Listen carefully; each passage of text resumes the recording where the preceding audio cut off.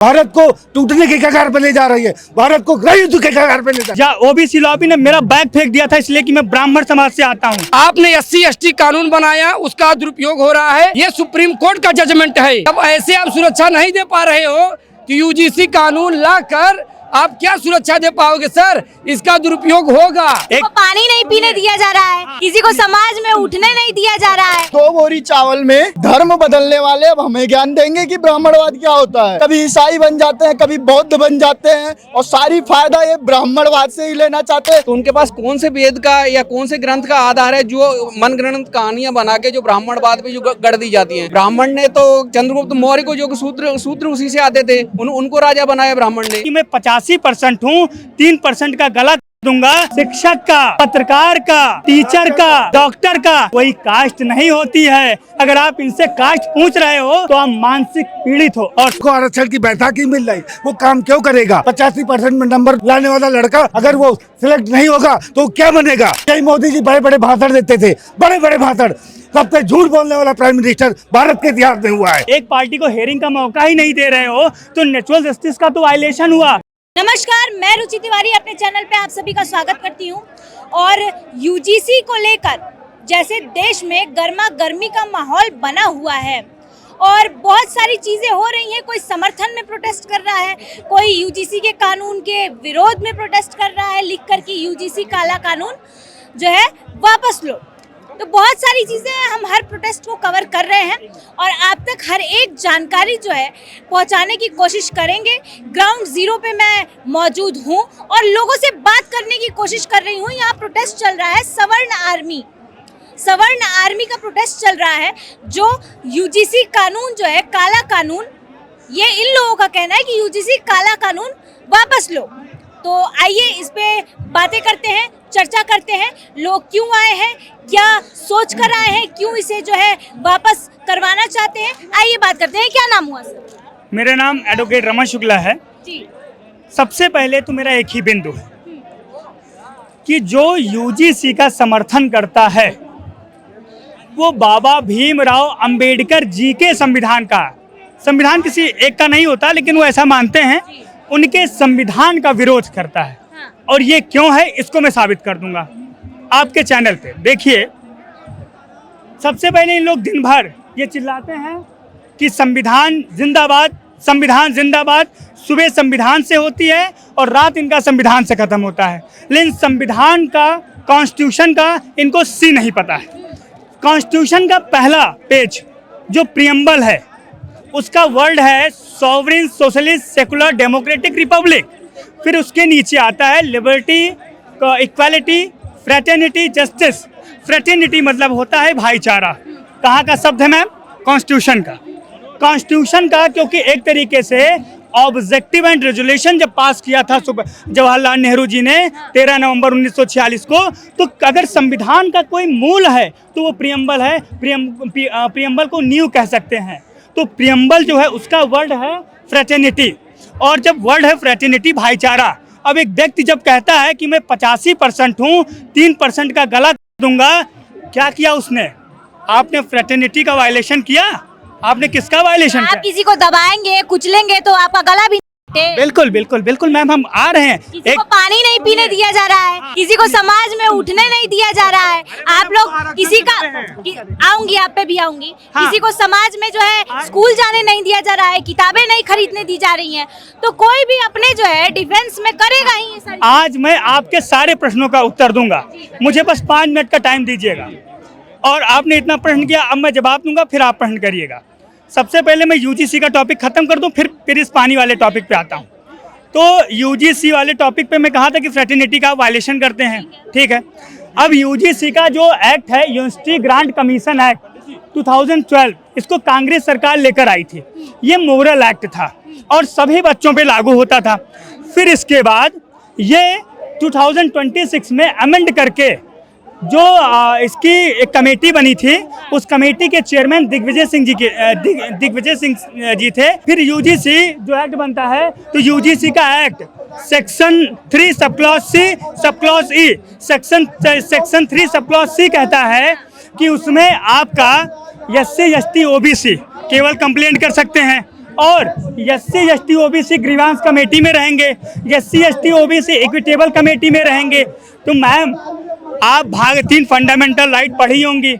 भाग 3 fundamental right है और जिसका article 32 the soul of the Constitution है, ये मैं नहीं, ये बाबा भीमराव अंबेडकर जी बोले थे। और वो बोले थे कि अगर कॉन्स्टिट्यूशन से कोई भी एक्ट बनता है जिसमें नेचुरल जस्टिस का वायलेशन होता है, नेचुरल जस्टिस क्या है, ऑडी ऑर्टम पार्टम, मतलब किसी व्यक्ति को मैंने इनको मारा, अब ये जब कोर्ट में जाएंगे मेरे खिलाफ केस करेंगे, कोर्ट कहे कि भाई साहब आप नोटिस जारी करो, समन दो, रजिस्ट्री करो। तो अगर ये रजिस्ट्री नहीं करेंगे, समन नहीं करेंगे तो कोर्ट इनके केस को खारिज कर देगी। तो जब ये समन नोटिस करेंगे मैं अपना डिफेंस लगाऊंगा, मैं अपना WS लगाऊंगा, तब सुनवाई चालू होगी। तो भैया जब आप एक पार्टी को हेयरिंग का मौका ही नहीं दे रहे हो तो नेचुरल जस्टिस का तो वायलेशन हुआ। और कॉन्स्टिट्यूशन कहता है कि जब नेचुरल जस्टिस का वायलेशन हो तो आर्टिकल 13 के द्वारा, उच्च न्यायालय के द्वारा या सर्वोच्च न्यायालय के द्वारा उसको नल और वाइड घोषित कर दिया जाए। अब पानी नहीं पीने दिया गया, इस पे हम आते हैं। सुनिए हाँ। मेरा बात ये है कि यूजीसी का जो कानून लाया जा रहा है वो ऐसे लोगों के लिए लाया जा रहा है, जैसे SC ST एक्ट पहले से लाया गया, क्योंकि जो पीड़ित लोग हैं उनको बहुत सारी चीजें दिक्कत होती थी, समाज में रहने में दिक्कत होती थी, तो उनके लिए SC ST एक्ट लाया गया।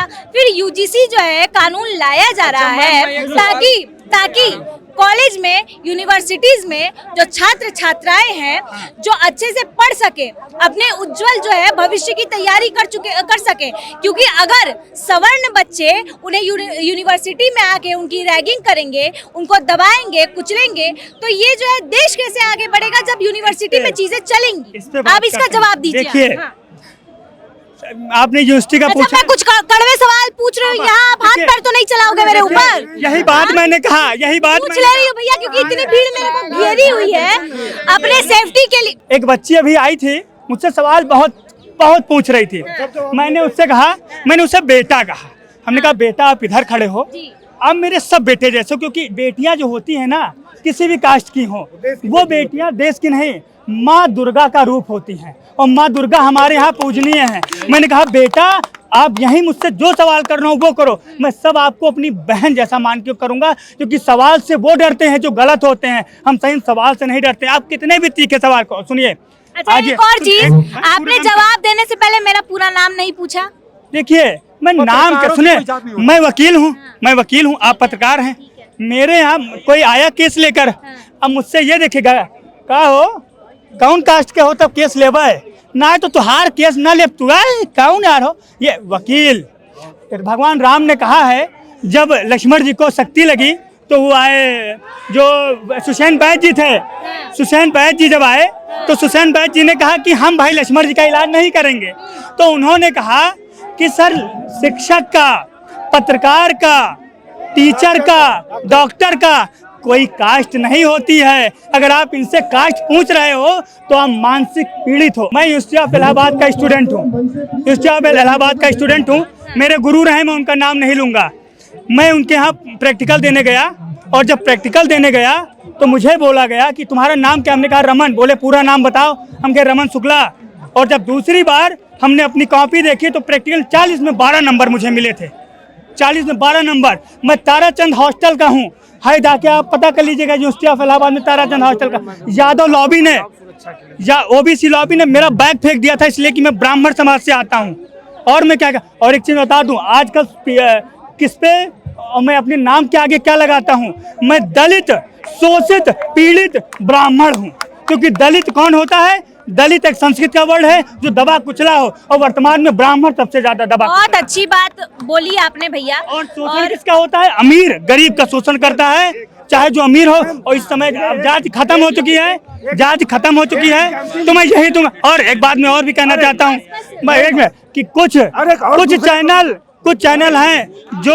चैनल हैं जो किसी लोगों को टारगेट कर रहे हैं। मैं बता दूं कि टारगेट करना बेटा बंद कर दो, नहीं जिस दिन मैं कोर्ट के बाहर निकला और एडवोकेसी छोड़ दी, मैं टांग फाड़ूंगा, मुझे मरने देना। ये कहते शोषित है।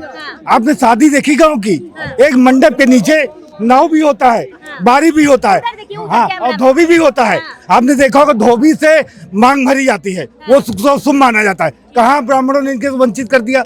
एक मंडप के नीचे पंडित जी का काम है वेद मंत्र पढ़ना। अगर आपको वेद मंत्र पढ़ने की कुव्वत है, कला है, तो कर्म से प्रधान बनो, कर्म से। महर्षि वाल्मीकि कर्म से प्रधान थे, संत शिरोमणि रविदास कर्म से प्रधान थे, कबीर दास कर्म से प्रधान थे, सूरदास कर्म से प्रधान थे, यहाँ तक कि मुस्लिम होने के बाद रसखान वो कर्म से प्रधान थे। ये कर्म पैदा करो। लेकिन जिसको हराम का मिल रहा, जिसको आरक्षण की बैठकी मिल रही, वो काम क्यों करेगा? 85% में नंबर लाने वाला लड़का अगर वो सिलेक्ट नहीं होगा तो क्या बनेगा? क्या बनेगा? उग्रवादी बनेगा। ये यूजीसी कानून लाए हैं, हम 12वीं तक अपने बच्चों को पढ़ाए और फिर जेल भेज दे, ये कैसे चलेगा? ये वोट बैंक की राजनीति बंद हो। आपने एक उदाहरण दे, हॉस्टल में बिहार से हम लड्डू बनवा के लाए 5 किलो, तो सब बच्चे खाते हैं, मिल बांट के खाते हैं। हाँ, हमको आपकी पैंट चाहिए, हमको आपका ब्रेसलेट चाहिए, हमको आपकी घड़ी चाहिए। ये सरकारें वोट बैंक के लिए अलगाववाद की तरफ ले जा रही है, भारत को टूटने के कगार पर ले जा रही है, भारत को गृह युद्ध के कगार पर ले जा रही है। मोदी जी बड़े बड़े भाषण देते थे, बड़े बड़े भाषण। सबसे झूठ बोलने वाला प्राइम मिनिस्टर भारत के इतिहास में हुआ है, जो सिर्फ जुमले बोलते हैं बस। अच्छा, मैं मीडिया के माध्यम से बताना चाहता हूं, इस यूजीसी कानून का भारतीय समाज में दुरुपयोग कैसे होगा। आपने SC ST कानून बनाया, उसका दुरुपयोग हो रहा है। ये सुप्रीम कोर्ट का जजमेंट है। आपने महिलाओं के सुरक्षा पर बनाया। हमारे मीडिया कर्मी, हमारी बहन मीडिया कर्मी रुचि तिवारी के साथ दिल्ली में अभद्रता हुआ। आपने महिलाओं जो सुरक्षा के लिए बनाया है कानून, क्या उनके लिए आपने सुरक्षा दी? नहीं दी। जब ऐसे आप सुरक्षा नहीं दे पा रहे हो तो यूजीसी कानून लाकर आप क्या सुरक्षा दे पाओगे सर? इसका दुरुपयोग होगा, इसका दुरुपयोग होगा सर। अब हम बताना चाहते हैं, जो यूजीसी कानून है सेक्शन नंबर 3, जो सेक्शन नंबर 3 का जो अंगा नंबर है, सेक्शन नंबर 3 का जो अंगा नंबर है, उसमें लिखा गया है अनुसूचित जाति, अनुसूचित जनजाति, OBC भाई साहब के लोगों के साथ यदि भेदभाव होता, भेदभाव किस प्रकार का होता है? यदि जातिगत भेदभाव स्पष्ट और अंतर्निहित हो तो यूजीसी एक्ट लगा सकते हैं। स्पष्ट अंतर्निहित का मतलब यह होता है, अगर हम आपको देख के मुस्कुरा रहे हैं, क्या जरूरी है कि हम आपको देखकर जातिगत भेदभावनात्मक तरीके से हम मुस्कुरा रहे हैं? हो सकता है हमारा प्रेम ही हो तभी हम मुस्कुरा रहे हैं, क्या हमारा आपसे कोई व्यवहार हो अच्छा तभी हम मुस्कुरा रहे हैं। लेकिन अब अगर उन्हें ऐसा लगा कि ये मुस्कुरा रहे हैं, इनके अंदर कोई जातिगत भेदभाव है, तो यूजीसी कानून लगा सकते हैं। हम सरकार से इतना दरख्वास्त करना चाहते हैं, जो अंगा नंबर है सेक्शन नंबर 3 में, वहाँ सामान्य वर्ग को शामिल करिए। इसमें अध्यक्ष और सदस्य को सामान्य वर्ग को ले आइए, और महिलाओं पे साहब आप सुरक्षा कानून बनाए हैं ना, उसका सही पालन नहीं हो रहा है। रुचि तिवारी के साथ बदता हुआ आज तक कानून का आज तक आपने न्याय नहीं कर पाया उनके साथ। हाँ मैडम, अभी आपने देखा होगा कुछ वर्षों से आपने किसी यूनिवर्सिटी में सुना है आपने कि SC ST मुर्दाबाद, OBC मुर्दाबाद, कभी कोई इस समाज ने कभी किसी को मुर्दाबाद नहीं बोला। लेकिन आप अक्सर सुन रही होंगी हर यूनिवर्सिटी में ब्राह्मणवाद की कबर खुदेगी, ब्राह्मण बनिया, तिलक तराजू और तलवार इनमें मारो, जूते चार। तो कानून तो इनके प्रोटेक्शन में इनको लेके आना था। अगर ये इनके प्रोटेक्शन में नहीं लेके आना था गवर्नमेंट को, तो यूजीसी कानून एक ऐसा कानून लेके आना था कि कोई भी किसी को अगर बोलता है, जाति सूचक शब्द बोलता है, तो उसके खिलाफ कार्रवाई होगी। नहीं, देखिए उन लोगों का कहना है कि ब्राह्मणवाद वो ब्राह्मणों को नहीं कह रहे हैं, वो ब्राह्मणवादी ऐसे सोच को कह रहे हैं जो महिलाओं को या दलित समाज को दबाता है, कुचलता है, ऊपर उठने नहीं देता है। उसके नारे ये लोग लगाते हैं कि ब्राह्मणवाद मुर्दाबाद या ब्राह्मणवाद हो बर्बाद।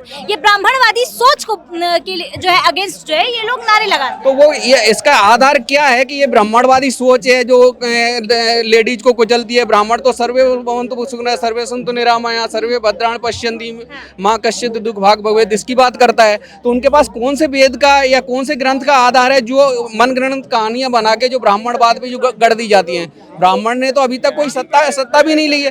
ब्राह्मण ने तो चंद्रगुप्त मौर्य को जो सूत्र उसी से आते थे, उनको राजा बनाया ब्राह्मण ने। तो ब्राह्मण ने कब अत्याचार किया? मुगलों का राज 800 साल रहा, 200 साल अंग्रेजों का राज रहा।